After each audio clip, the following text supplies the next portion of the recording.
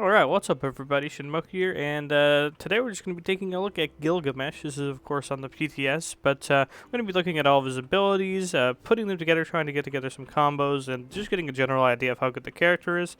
So first of all, let's just get this passive out of the way. Really interesting passive. I don't know how to feel about it just yet, but anyways, basically at level 5 and level 10, Gilgamesh gains a quest. It's indicated down here. This is the first quest at level 5, this is the second quest at level 10. The first quest is to visit a specific location on the map. Okay, that's not very creative, but anyways, it's indicated by this little thing here. Luckily, it's just in the middle of the map in the jungle practice. And then the second quest is to defeat half of the enemy team, rounded upwards, I guess.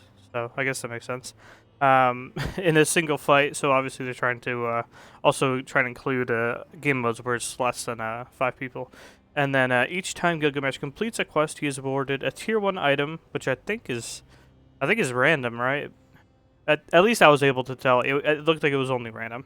And then he's given 500 gold instead if he has a full inventory. So I think, yeah, I think 100% of the time the 500 gold one's just better. But yeah, let's show that here. Whoa, that was crazy. I got 500 gold. So, interesting passive to say the least. It's pretty cool. It, I guess, reinforces like getting ahead, this Gilgamesh and stuff like that. I don't know how I feel about it though. It doesn't really feel like it has much agency. I mean, I prefer passives to be something that's like always affecting the character in some sort of way. But whatever. I think it's cool. It's a cool idea. So we'll see how it works in game. In matches, I should say. You know, if it's realistic to get it off and stuff like that. But let's move on to his one here. So Gilgamesh does a little area of effect around him, a little bit of damage around him. This also slows, and then this enhances his scimitar, I believe this is his weapon. And as you hit people, you reset the little timer here, and you can reset it pretty much the entire time you're using his one. So if you just keep whacking away at people, it will pretty much stay on the entire time, and then you can just refire it there. Of course, it will go away eventually. Let's. I think it's 12 seconds total. You know, I'm not going to hit him for 12 seconds. You can just read here. It does it up to 12 seconds. So this is a really great, like, boxing tool. Like, you just walk up to people, and now you're dealing extra damage. You do slow them, so you can just keep on whacking them. So this ability has the potential to do like 1,000,000,000 billion damage. It also scales off his max health. You'll see he actually has a lot of things that scale off of health and protections. So I don't think you'll want to go like full damage Gilgamesh ever, really. I think a damagey bruiser at the least, maybe. Because I think his scaling is like okay, but I think he really shines with his base damage and scaling off of his protections and health. So let's move on to his second move, Dropkick. This is one of the coolest moves ever, pretty much. So he does a little dropkick in front of him. Of course, it doesn't have a huge range. It's actually lower than 30 units, so that kind of sucks. But basically, if you push, you could obviously push enemy gods, but you can also push minions. Let's show that real quick. So basically, this is like Kumbhakarna one when you hit a minion with it. So you can just send a minion flying just like that. And it actually it clears away extremely well. It actually does a ton of damage, and well, let's show what it does when you hit a god with it. So when you hit a god with it, of course, it just punts them, boop, as you would imagine, just like that. But if you collide with another enemy god, or if you have them collide with a wall, like just drop kick them into a wall. I love saying that. Love Gilgamesh already. If you drop kick them into a wall, same sort of effect. They get bonus damage dealt to them and are stunned instead. So I think this move will be a little tricky to pull off. Let's put that in instant cast. A little tricky to try and pull off because people are going to be seeing the dropkick coming, right? So you might want to try and get a little bit crafty with this, and keep in mind they'll only be pushed the max distance if you're in their face like this. I think if I go, if I sit at the max distance of the dropkick, I don't think he'll go into the other Odin. Oh, he did anyways. Oh, never mind. New character. Forgot. Sorry. Makes too much sense. So yeah, he'll go the same distance no matter where you hit him. Okay. You know, that makes sense. That makes sense. He's a new character, so they gotta make him OP. I get it. Yeah, like that. Cool. Yeah, so it's a really cool move, really versatile. I do think it'll be a little finicky with how you want to aim enemy gods you like dropkick into one another or into a wall. So I think there's some room for error there. But I think that range is really decent. I really thought that the range would change depending on where you hit them, like latitude-wise. That doesn't make sense. But yeah, great move overall. But I think you could probably kill yourself by accident trying to use this move. I know I definitely will.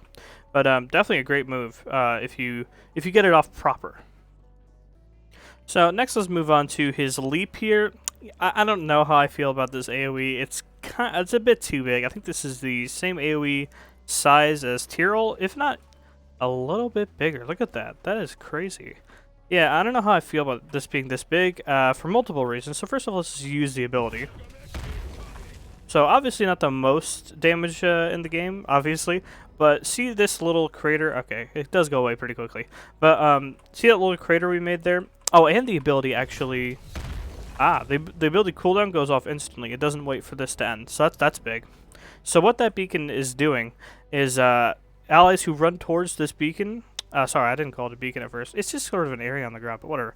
Allies who run towards the beacon gain movement speed, halving once they're inside the beacon. But it's 35%. What? That's actually huge for like disengages and engages both. So that's a thing. And then it gives you a base lifesteal value. Allies who are going to get a base lifesteal value of 10%, but then is boosted by 15% of Gilgamesh's highest protection. What? That's actually insane. So let's look at that here. So fairly tanky build. How much lifesteal do we get? So keep in mind it gives you 10% regularly. So let's see what we got here. 46% lifesteal while I'm in there. As you guys can tell, it doesn't last very long, but 46% lifesteal. I mean that honestly, while you're just say like you're just trading a soul lane, right? And you've already used your 3. Oh man, I'm getting my ass kicked, Cap. Yeah, wow. Yeah, I think it is being balanced by the fact that the beacon doesn't last long at all. What was that, like causing a beacon to appear for 5 seconds? That didn't feel like 5 seconds. Let's see. Okay, yeah, it was 5 seconds. Yeah, it does last longer than I thought. Yeah, I mean that's still great though. It is one of those things. Your team and you have to make use of it while it's up because I mean 5 seconds. It'll be long in like competitive play. That's a very long time. But like in your ranked games and your casual games, your team your mileage may vary. Your team might just completely ignore the fact that you have a 35% move speed boost and a huge lifesteal boost for them. They might just completely ignore that. But anyways, so to sum up his first 3 abilities, absolutely great for trading in lane. His 1 is more just for trading in lane and you know, if he gets on like an ADC late game, he's gonna want to smack him up with this. But also, the 2 and the 3 are also great for team fights, as I said. Engage and disengage with the 3, and then like a blink drop kick could be huge if you get a good drop kick. It's massive. So I really like these abilities. I do like how obviously the 3, as I mentioned, massive, absolutely huge AoE, but it's not really about the damage dealt. So the huge AoE isn't that big a deal. I do like that he doesn't have huge AoE. Like as I mentioned, the 3 is just tiny. 3. The 1 is just tiny here. So this is really just if you get on someone or if you like just blink 1. How fast can you do that? I just want to try for myself here. Oh wow, yeah, you can do that so fast. But yeah, if you like blink 1 on someone, blink drop kick, that's really effective. But I do like how he doesn't just have crazy AoE on his first 3 abilities. That kind of goes to shit, though, in this final ability, this ultimate. Calls upon the Shashmash. Is that how you say that? Probably not. To create a ring of wind at a target location for 6 seconds. Enemies inside this ring, when it starts to take damage... Wait, what? Is that what they meant to say? But whatever, they're slowed in the little vortex. It's basically a huge... It's like Susanoo, except it doesn't, like... go forward. You'll see. Enemies inside the ring take damage every 0.5 seconds. So they do actually take damage initially as well when it's first summoned. And then if Gilgamesh damages an enemy at all, trying to flee, I'm guessing that's like shown, like the game sees them as running away if they're running away from the center, I'm guessing. They're thrown back towards the center of the ring. We'll show that with the moving Odin bot over there. The wind turns into thread over 6 seconds. I think they should probably reword this. I know that's probably like a lore thing. Sorry, I didn't read this lore. But turns into thread over 6 seconds, damaging, rooting, and crippling all enemies who are still inside the ring. I think they should probably reword this a little bit to be a little less lore-y, so they can actually explain what's happening, because it's a very complex ability. So let's get into it. So huge AoE once again, and boom. So initial damage. Now he's ticking, and when I damage him, oh wait, yeah, there you go. When I damage him, he moves towards the center of the ability again, and as you guys saw, he also took a huge burst of damage at the end of the ability, as well as got, what was it, rooting and crippled. Okay. He got rooting. Oh my god. But just to show you guys what it's like on a non-moving target, here you go. Initial damage, tick damage. You can see it's going by this little indicator here, and then boom, root cripple. So this is again reinforcing Gilgamesh's want to just jump on an ADC and just keep them locked down, like a good warrior would. So let's show a little combo here. So I was thinking maybe something like this, like that, and just keep on whacking them, whacking them, whacking them. Of course, that exact combo isn't gonna be happening in a real match. What's probably gonna happen is you blink one on them, and then you say jump to follow them. Nah, I don't think you would drop kick them. I think you would. They would try and leap away or something, and then you leap after them, and then go for an ult. So let's see what that looks like. All right, so probably something like this. Oh wait, you could kind of drop kick them into it, can't you? That was cool. Yeah, I definitely didn't do what I said I would do. So let me yeah, that one was a whoopsie. All right, so let's say this. Oh, I'm chasing you. Oh, true. I'll also get lifesteal in the little beacon area. And keep in mind he's slowed in the ult as well, so I could just keep on whacking him. And of course, there is DR on slows, but I mean, if I get my one off while he's in the ult, he's not getting away. And see, oh wow.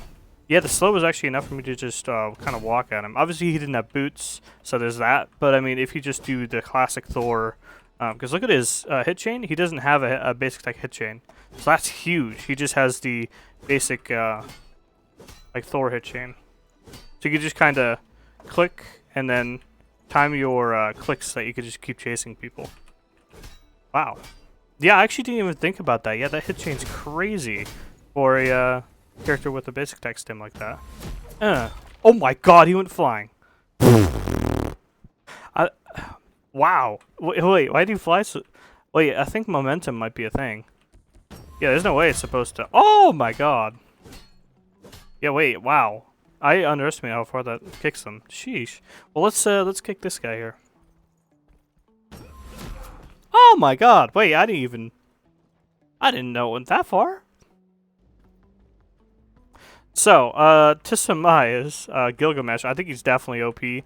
I think these, the Sunforged Scimitar and Hero's Advance will make him really decent in trying to trade and solo lane. I think he'd be a great, like, boxing solo laner.